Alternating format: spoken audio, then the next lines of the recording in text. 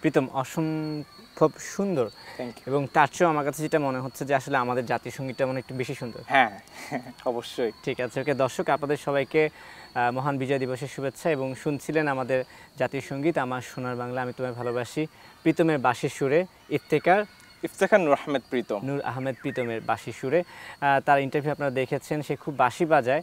আজকে আমি তার থেকে আরেকটা বাঁশির সুর শুনবো, শুধুমাত্র আমাদের বিজয় দিবস উপলক্ষে বাংলার কোনো গানের। কোন গানটা শোনাবেন আজকে? সূর্যোদয় তুমি সূর্যাস্তও তুমি। ঠিক আছে, একটা ছোট্ট একটা এপিসোড, সেখানে আমরা এই সুরটা শুনতে শুনতেই বিদায় নেব।